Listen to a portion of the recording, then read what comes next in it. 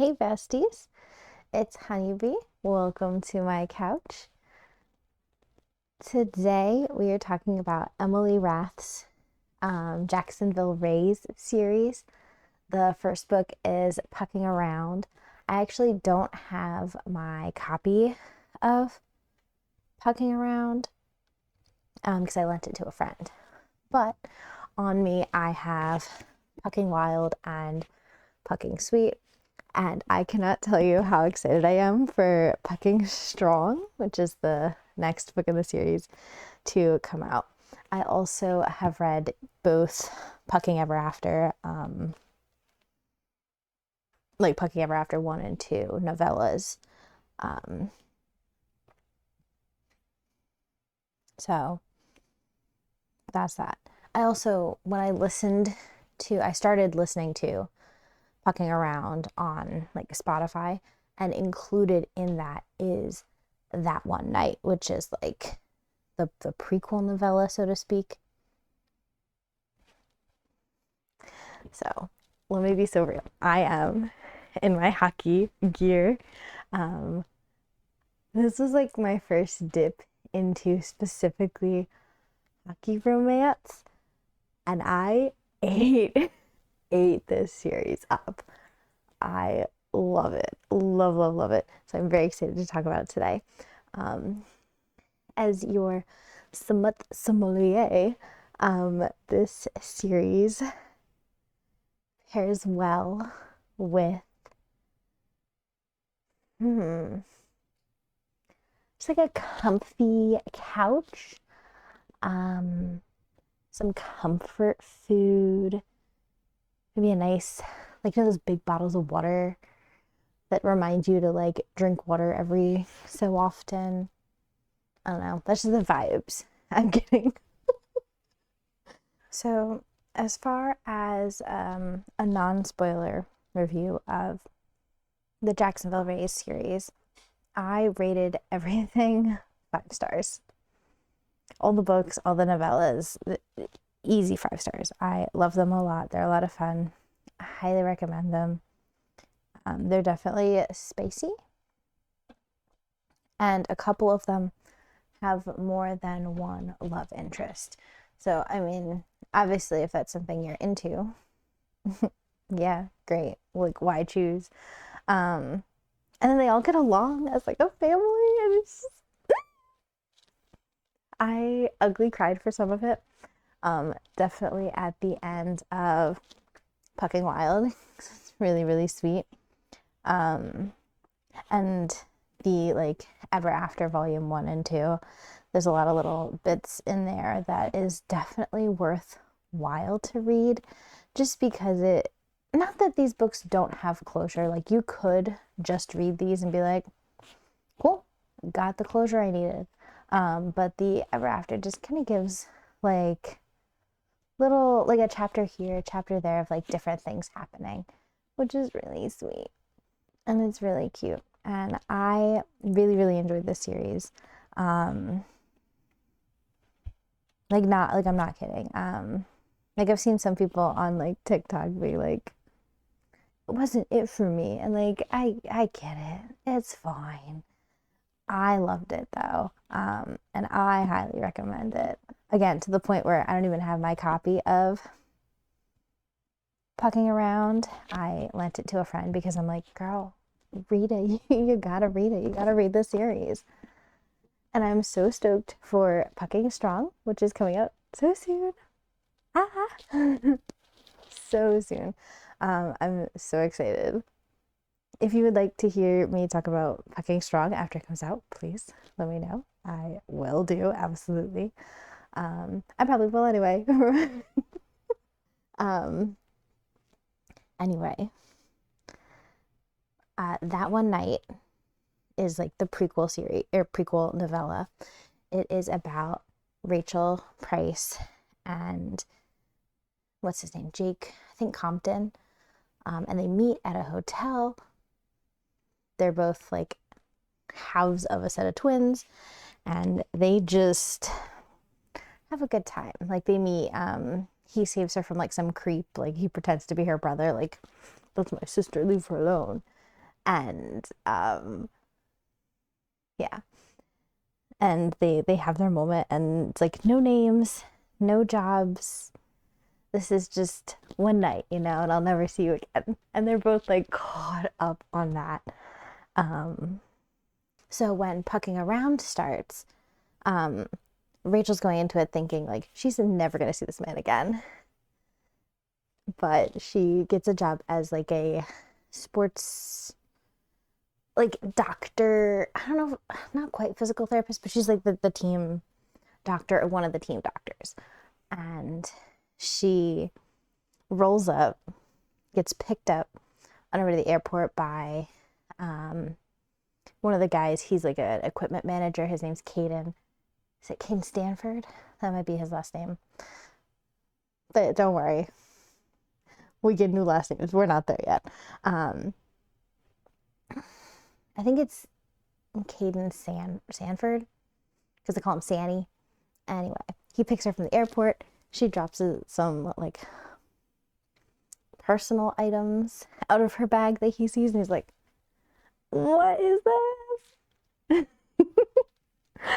And that's how they meet. And it's like, what on earth is happening? And then she meets Jake. She's like, oh my goodness, that's him. And at first he doesn't recognize her, but then as soon as he does, he's like, oh my God, it's you. Like, we gotta be together. That's it. There's no, like, you're endgame for me. She's like, I just got this job. I cannot be dating anybody on the team. Like, them's the rules. And there are rules where, like, she could say that she knows him and not be his doctor. And, like, they signed some paperwork with HR basically saying, like, everything's fine. But, of course, they don't do that. Or she doesn't. And then the curveball in all this, because like Jake and Caleb are like BFFs, they're tight, it's awesome, all good. Then there's Ilmari Kinnunen, and he is it Finnish? Swedish? I think it's Finnish.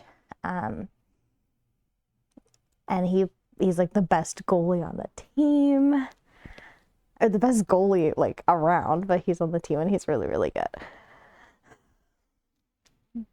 But like, he's kind of smitten with her. At first he's like avoiding her like the plague because he knows that he's got like a sports injury and she's the doctor. So she will pull him from playing if he shouldn't be playing. He shouldn't be playing, but he needs to play because he's being scouted by like the Olympic, is it Olympic Finnish team? It's either Olympic or like some kind of national level of play. But he's being scouted, and so he's like, I have to play. Like, they have to see me play good. They can't know if I have an injury or not. Like, it is what it is. Long story short, because like these books are like massive. I think Pucking Around is even longer. So she ends up with all three of them, and it flips perspectives from all of them. So you get to see a little bit of everybody. And like towards the end, it's not like I don't think it's a third act breakup. I don't know if it would be considered that or not. But she's like, I just need some time. Like, I'm probably going to lose my job because like it comes out that like she's kind of seeing them. And it's like, I mean, a polyamorous relationship is kind of taboo already. So this is like a whole other step. But they all kind of come out. They finally finish all the paperwork with like HR. And because she is at risk of losing her job, basically every player on the team goes to the owner and they're like, if you fire her, we will all leave. Like, I can get a contract with this other team. Like, I will gladly break my contract here and I'm leaving. And because so many players did that, like not just the two players and the equipment manager that she's with, like so many of them are like, I will take another offer. Like, I'm out if you don't keep her. And also there's like another team doctor that they really don't like. So they said like, if you get rid of her and we're left with this guy, like we don't like this guy to begin with. And they make that clear. So he kind of gets let go. And the owner's like, okay, I got to give her a second chance because obviously she has made quite the impression on the team and they love her. So like they convince her family to take her to like one of the games where all of the guys wear, like they have their jerseys, but it has her last name on it.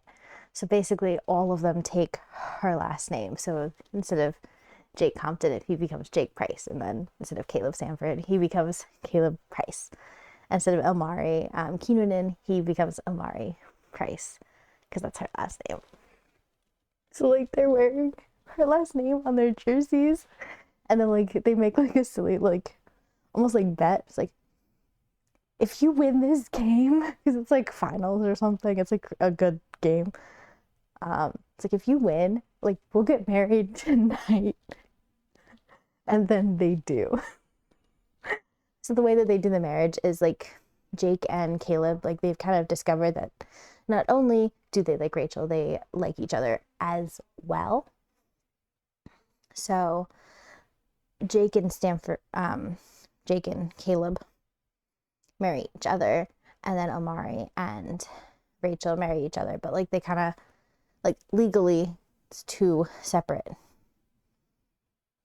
marriages, but in practice it's all four of them together as one family, and it's really sweet.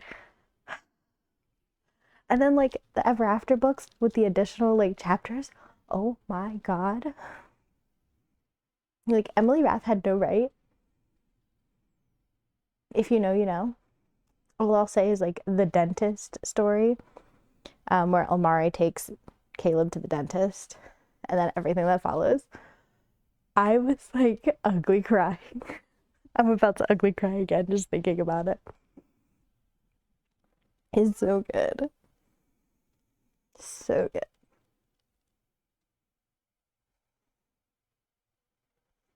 The second book is Pucking Wild. This is about Rachel's best friend, Tess. So Tess is going through it. So she kind of comes to Florida, Jacksonville. The Jacksonville Rays are in Florida. So she comes to Florida.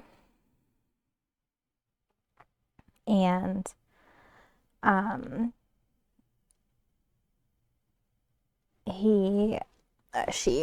my goodness. She comes to Florida because she lost her job because her job was with like her ex-husband's like law firm or something. And she gets let go. And it's bad. Bad. So anyway, because Rachel is now living with her husband, Omari had a house on the beach, not far away from them, because that's kind of where the hockey players settled down. So it's like, oh, his house is open. You can stay there. So she does. But then, because, you know, with four people, there's bound to be a miscommunication somewhere. So one of the players on the team, Ryan Langley, he's such a sweet baby angel. So this one's an age gap. So he's like almost 10 years younger than her, something like that. So she's older, was married, divorced, and all that. So, Ryan has like an injury that he's recovering from, but he lives in like the apartment complex that like they let the players stay, like they have for the players if they don't want to like buy houses or whatever. They like have apartments that they can stay in. But it's like it's like a 3-story walk up. And they're like, you're injured, you can't do that. Why don't you stay at Omari's house? Because it's not being used right now. So obviously, now Tess and Ryan were both told they could stay there, and they do, and they're like, it's fine. And then they like, it's a romance. They gotta fall in love. They do. And he's such a sweet baby angel. And Tess also starts helping So Amari donates like $500,000 to a nonprofit that's like trying to save the sea turtles, but it's like a really small nonprofits. They're like, we thought we were gonna get like $40 and host like a beach cleanup day. And they're like, what do we do with this? So Amari kind of brings her in because he's like, I don't know how to run a nonprofit. I just donated money. That's all I did. That's all I wanted to do. So she kind of gets asked to do this. So that way she has a job and has something she's doing here. So that's what she's doing. And then they do also host like a beach cleanup day. And Ryan comes and has to sign like his paperwork to do that. But one of the like plot points is that Ryan has really, really bad dyslexia and dysgraphia. So he has a lot of trouble reading and writing. And like does everything he can to avoid reading and writing. Like he has a really good manager who understands that he, as far as he's concerned, can't read. So like his manager needs to, read the fine print and really make sure Ryan knows what's going on, because he really can't read it for himself well, or without a lot of help. And like, maybe making the font like really, really big and all that. Like, and that's not always possible with like contracts, especially as like a sports person. So he doesn't really read things all the way, and he has trouble reading things, and it comes up a couple times. It's just like, oh, poor baby, he can't read. Like he can't, and he's like, I'm not stupid. And it's like, no, you're not stupid. You just have a disability. And it was really sweet. Because he's just like a sweet little guy. There's also a part where they, the hockey team, because they're like a newer team, there's a lot of PR that's happening. So they're doing like reading about different animals that are up for adoption. So like it's like, oh, here's the animal and here's the card. Just read the card about the animal. And he's like, I can't. And they're like, come on, all you have to do is read the card. It's not that hard. He's like, I literally cannot. So he ends up roping Amari into reading it for him. He's like, let's do it together. You read the card and I'll hold the animal. And Amari's like, whatever, man. This is really sweet. While all this is happening, Tess's ex-husband is a royal jackass. And like, I guess he didn't have issue when like Tess dated girls, because in his mind it's not like a man. Gross. Anyway, so now that she's seeing like a famous hockey player, he's like, no, can't have that. So he like fraudulently files like a restraining order against him and forges like Tess's name for it. Or not, I don't know, like files a restraining order on Tess's behalf against him on like false claims and false charges. And because he's like a lawyer, he just kind of pushed it through. And he serves the papers to Ryan, and he can't read it. So he doesn't even know what he's been served. And so Tess's ex-husband's like, well, if you get close to her, you're going to jail. And you can't even read it, so you don't even know. But Tess helps him like read enough of it to know what it is. So she can be like, oh, this is a restraining order that was like fraudulently applied for. So they're able to get it overturned. And she basically threatens to report him to the board, because you could lose like your lawyering degree, your lawyer ability for something like that. But she ends up not, she just kind of like threatens him to do it, because she knows that if she actually does, it'll get like a whole drawn out court case. So she's like, all I'm asking is for you to go to therapy because you need it. And you need to like, let's split the finances. Let's be like fully divorced. Like, we've been trying to be divorced for a while. Let's split everything and be done with it. And don't talk to me ever again. Thank you. Goodbye. And it's really sweet that they end up together.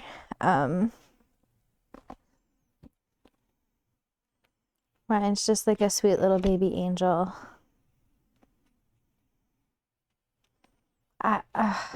Sweet baby angel. And like Tess thinks she's like too old for him and too big for him because she's like a bigger curvy girly. And Tess is so funny. She's so funny.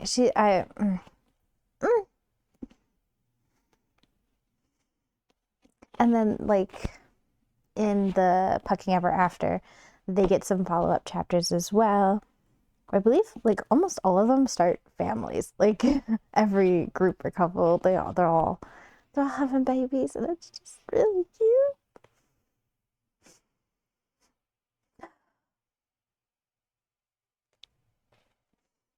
I'm gonna cry ugly tears because like these are so good. They're so well written. I really love the character development, and how the characters feel so real. Like I feel like I'm listening to hot goss from a friend, which I love. The last book that is out so far is Pucking Sweet. This one kind of takes place over the course of the first two books. So it starts like at the beginning of the first book, basically. So this is about Poppy St. Clair. Poppy is like the PR manager for the Jacksonville Rays. So she's trying to make the team look good, and she's living her best life. And she ends up with two Aggie players, Lucas Novikov and Colton Morrow. So Lucas is like known for being like a bad boy. She's like, keeping this guy under control is going to be like a problem. So she's like, listen, every girl that you bring back to your hotel room, make them sign an NDA. Like, I don't care. Just send me all the NDAs so that way we know who's what's happening. Make sure there's no funky business. Make sure that you're not getting in trouble or getting any bad press. So he keeps sending her like fake ones, like Snow White and the Seven Dwarfs. It's like it's been a week and he sent 8 NDAs. And they're all fake. And then when they finally like do it, he sends it to her. And she's like, I hate you. And then there's Colton. And Colton and Lucas are like BFFs anyway, but then they realize they're more than just BFFs. They like each other, which is also really good. What? Oh my God. There's so in Pucking Wild, Tess and Ryan are at one of the other couple. Like, so it's not a couple that's like written about. It's like a couple that was already married at the start of the series. So they already have kids. They have a family. Like, they're just like happy family. She's like the mom of the like, what do they call them? The WAGs, wives and girlfriends. Yeah, the WAGs. So she's like head of the WAGs because she's like the OG team wife, I guess. So they're having like a house party, and so Tess and Ryan, somebody's like messed up and they try to put her to bed. And they go into a room and Poppy and the two boys are Eiffel Towering it up. And they like walk in, it's like, you go girl, shut the door. And then that happened, like we get the other side of it in Pucking Sweet. Oh my God. And then, you know, Tess and Ryan do their own thing in like the kids' nursery.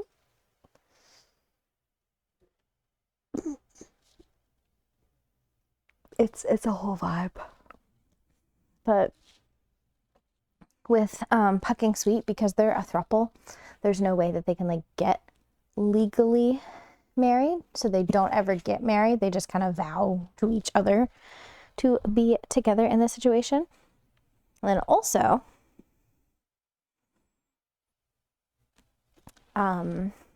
Poppy finds out that she is pregnant, and there was like one day where she like slept with both of them like within 24 hours of each other, which is just loose. So she gets pregnant, and she doesn't know who's the dad, but she loves both of them, so like it's not an issue as to who it is. It's just like it's a thing. Anyway, she's got trauma, of course, because who in the series doesn't come with their own baggage? She's like super rich, comes from a super rich family, so her family tried to have her married off to this like absolute jerk of a man because their father, like, they're trying to, I don't know, do some like business deal. So like she's like, no, I will not, because he like cheated on her. It's like all bad. So then her little sister is now engaged to him, and she's like frustrated. She's like, I can't believe you would do this. He's awful. You know what he did to me. You know he's awful. And like her sister ends up like standing up for herself and being like, you know what? He doesn't treat me well. And then her dad's finally like, wait, he doesn't treat you well? It's like stupid. Anyway, another thing that's happening is Colton has like a heart condition, which up until this point has not entirely affected his ability to play, but he knows that there's a chance that like he might have to leave the sport at some point because of his heart condition. And him and Lucas are like running a summer program, and one of the kids, like, because you know, teenagers that play hockey, they had a little bit of like energy, so like he gets like hit square in the chest by a kid completely accidentally, but that was enough to send him to the hospital, and he had to get a pacemaker put in, which immediately ended his like playing hockey career. Luckily, he's able to pivot and get like an announcer job, and that's what he does instead. And then at the very end of this book, Poppy gets a phone call. It's titled what, like 6 years later or something. Yeah, the end. And then epilogue, 6 years later. This old babe. They're so sweet. They're on vacation with the other families. They all have kids.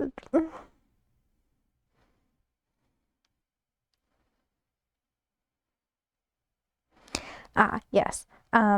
She gets a call from Henrik Carlson, one of the other players. And it's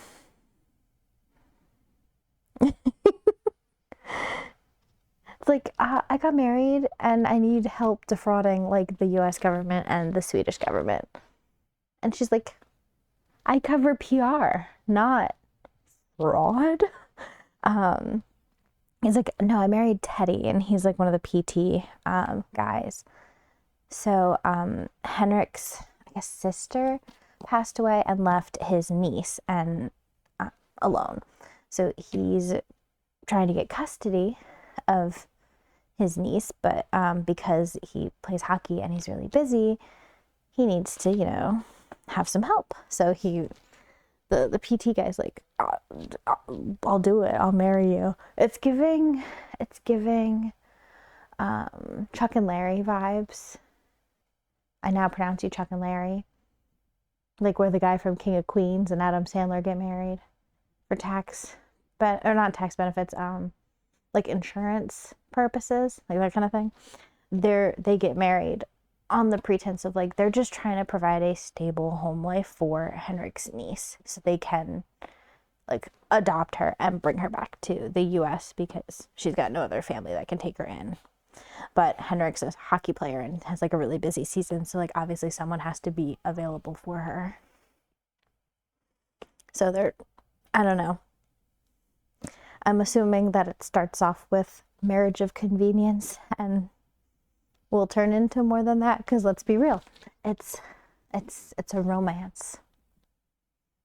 Like, anyway, that leads into the next book that's coming out. So Pucking Strong is going to be about Henrik and Teddy. I'm so excited.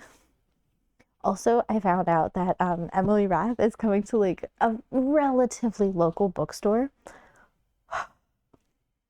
I'm so excited. I am like frantically checking their website for like, because it's a ticketed event, but their website's like, no events with tickets available right now. It's like, I need the tickets for this event. Anyway,